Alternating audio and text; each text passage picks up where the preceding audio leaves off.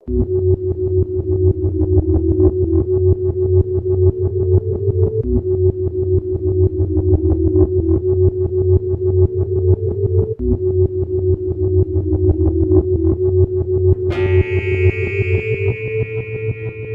for those who have been here, the two previous presentations, this project is going to be different in how it's positioned in the Nano-Tera program, because it stresses the nano aspect of Nano-Tera much more than the engineering aspect. So as the name says, this project is about probe technology. Probe technology that was developed out of the AFM, the invention of AFM. This is a probe that is about 20 some years old, made from IBM, and what you see is a cantilever as it was used in AFM, and pretty much is used in pretty much the same shape and type, made out of silicon.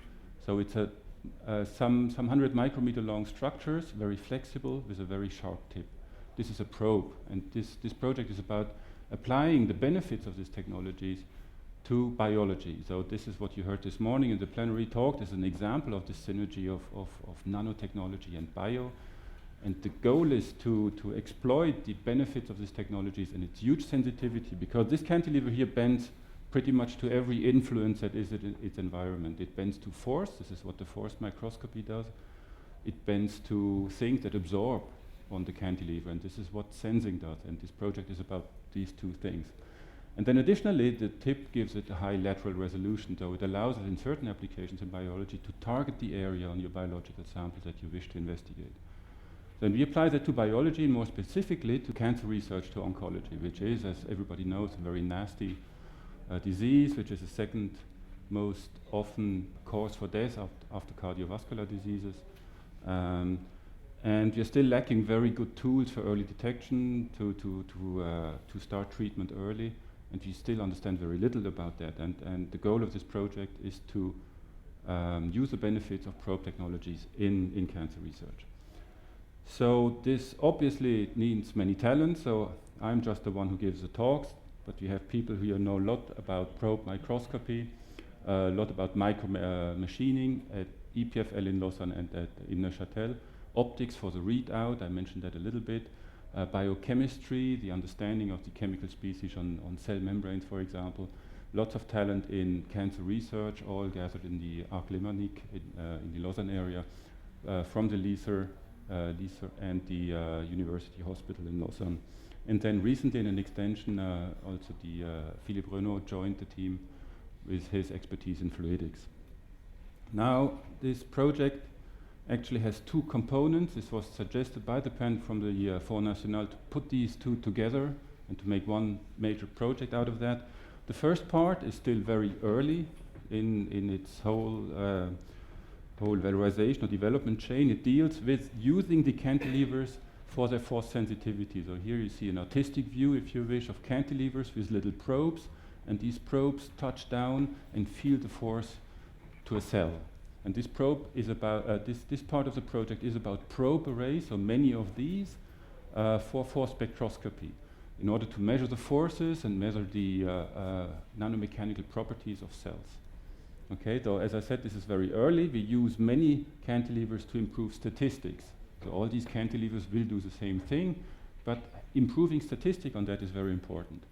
And what we target there is application in R&D environments, and eventually in environments that do screening based on cell-based assays. So whenever you do assays on cells and you want to see and measure the behavior of cells as a response to what you are modifying in your assay, then this could be a very valuable tool. Now, the second part of this project, dealing with sensing. So now you have these nanomechanical force sensors, but you don't necessarily have the tips. In fact, for these applications, you don't need them at all. And these are cantilever arrays. They're more often one-dimensional, and they bend because something absorbs on them, right? So this is really a nanomechanical sensor. So you measure the presence in very small concentrations of what you want to detect, and you have N channels that you can functionalize differently. Now you have the multiplexed number of cantilevers to do different things and to learn about your sample from many different areas by detecting different components. And this is more advanced, as I said, and this part of the project is more, like what Alex said, is addressing the whole development chain from the microfabrication to the functionalization, characterization, electronics, software, all the way to actually studies. Okay, let's start with the first part, which is the force spectroscopy. Again, we come down with a cantilever, we measure the force. That can be an adhesion force of a cell to the surface. It can be the elasticity, the force we need to deform a cell. Typically, you get curves like that.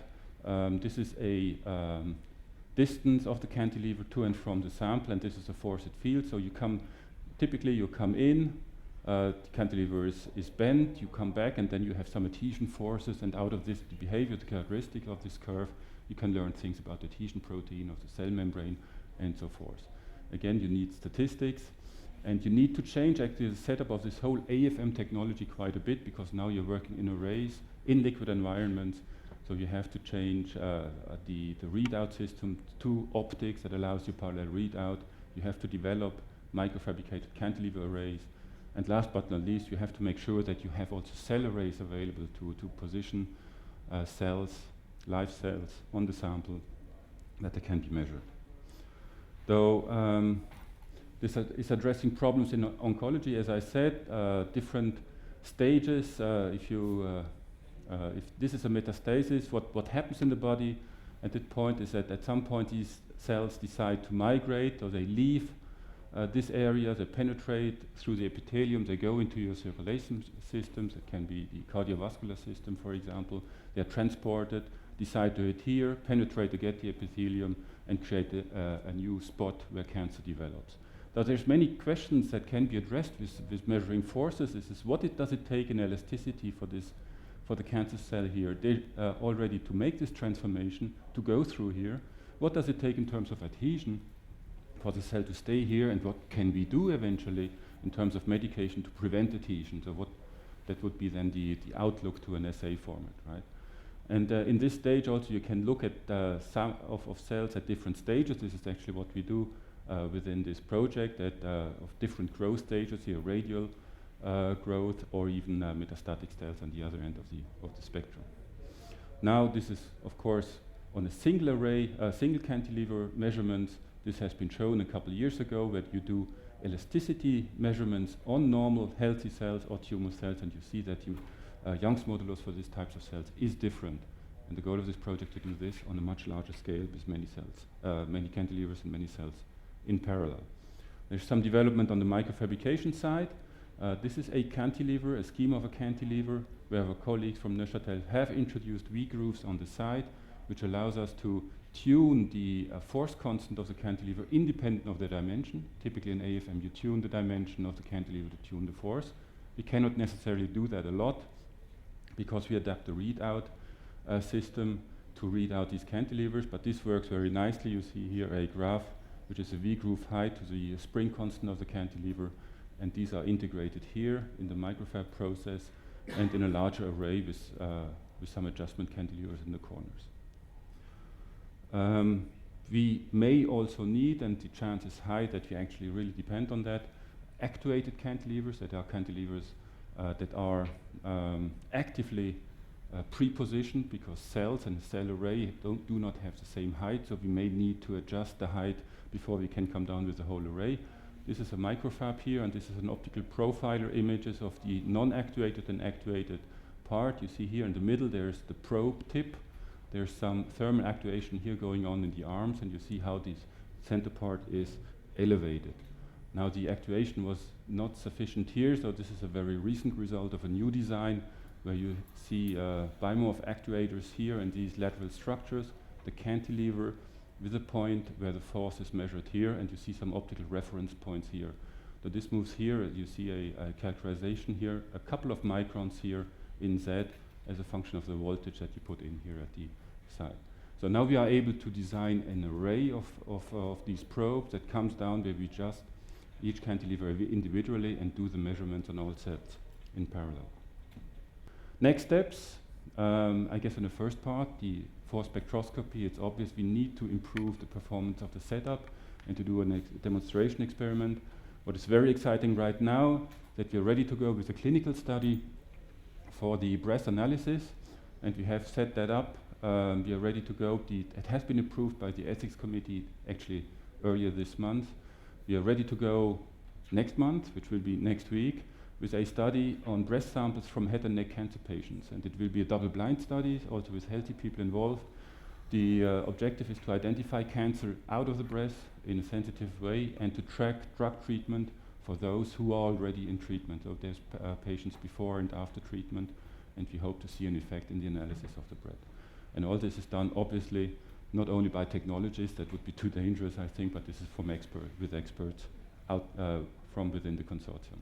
With that, I'm in the end, and since I didn't show the collaborators, here's a picture of the collaborators in the project. Thank you very much.